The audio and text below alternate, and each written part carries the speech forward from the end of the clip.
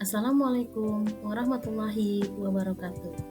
Jumpa lagi dengan saya, Devi SPD, dalam channel Devi SWL. Pada kesempatan kali ini, saya akan mempresentasikan materi ketiga dalam mata kuliah Kepemimpinan dan Perilaku dalam Organisasi, di mana materi ketiga ini adalah model dan gaya kepemimpinan, perkembangan mutakhir tentang kepemimpinan.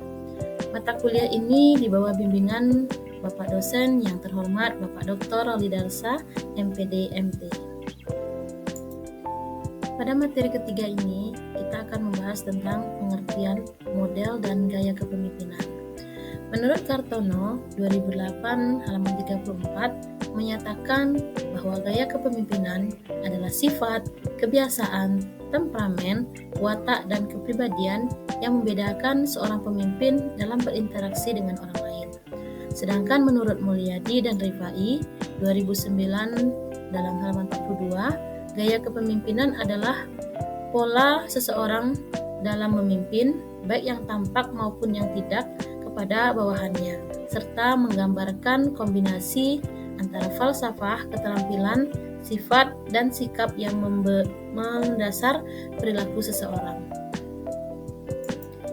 Mari kita bahas tentang pengertian gaya kepemimpinan.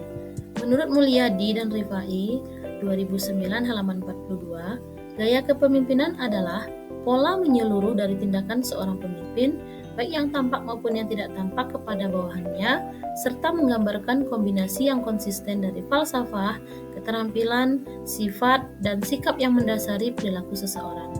Sedangkan pengertian model kepemimpinan adalah kerangka kerja atau konsep yang digunakan untuk menggambarkan berbagai cara kepemimpinan dapat dilakukan dalam suatu organisasi. Macam-macam model kepemimpinan kita akan jelaskan di sini. Model kepemimpinan terlebih dahulu sebelum gaya kepemimpinan. Yang pertama adalah model kepemimpinan transformasional. Model ini menekankan pada kepemimpinan yang mampu memotivasi dan menginspirasi bawahan mereka. Yang kedua, model kepemimpinan situasional. Model ini mengakui bahwa kepemimpinan yang efektif tergantung pada situasi tertentu. Yang ketiga, model kepemimpinan transaksional. Model ini mencirikan kepemimpinan yang berfokus pada pertukaran atau transaksi antara pemimpin dan pengikut.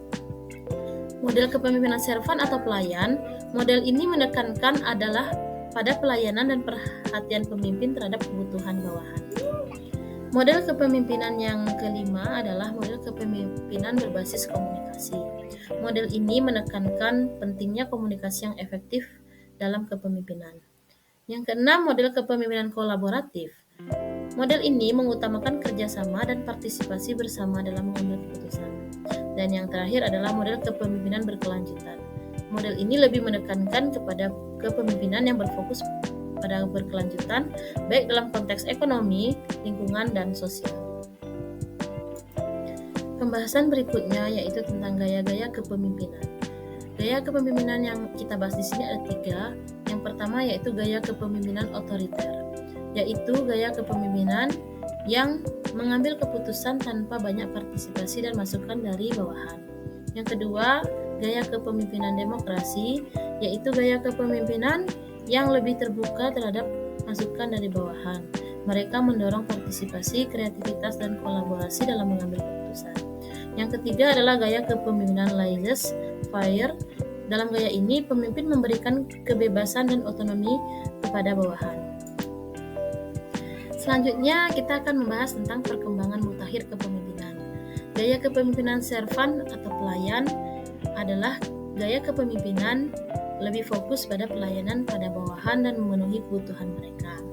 Selain itu, perkembangan dunia organisasi pada saat ini mengharuskan seorang pemimpin untuk mampu melakukan gaya kepemimpinan sebagai berikut. Yang pertama adalah kepemimpinan berbasis teknologi, yaitu mengikuti perkembangan teknologi. Seorang pemimpin harus mengikuti perkembangan teknologi agar tidak ketinggalan atau sebagai pemimpin yang gaya klasik. Yang kedua, seorang pemimpin pada era sekarang ini harus bersifat inklusif. artinya menerima keberagaman bawahan. Yang ketiga, kepemimpinan berketerampilan lunak, artinya seorang pemimpin itu harus memiliki kepekaan atau empati, etika, dan kemampuan komunikasi yang baik. Yang keempat, kepemimpinan adaptif, yaitu kepemimpinan yang lebih fleksibel atau menyesuaikan dengan kebutuhan bawahan. Dan yang terakhir, perkembangan mutakhir seorang pemimpin harus berbasis data, artinya kepemimpinan menggunakan analitik data dalam mengambil keputusan. Dari presentasi yang saya sampaikan dapat diambil kesimpulan bahwasannya model dan gaya kepemimpinan menjadi ujung tombak keberhasilan sebuah organisasi. Semakin baik model dan kepemimpinan yang digunakan, maka semakin baik pula hasil dan tujuan sebuah organisasi tersebut. Demikianlah presentasi yang dapat saya sampaikan pada materi 3, mata kuliah Kepemimpinan dan Perilaku dalam Organisasi. Dukung channel YouTube saya, DPSWL, dengan cara subscribe, like, komen, dan share apa yang saya unggah. Dukung channel saya untuk dapat bermanfaat bagi kita semua.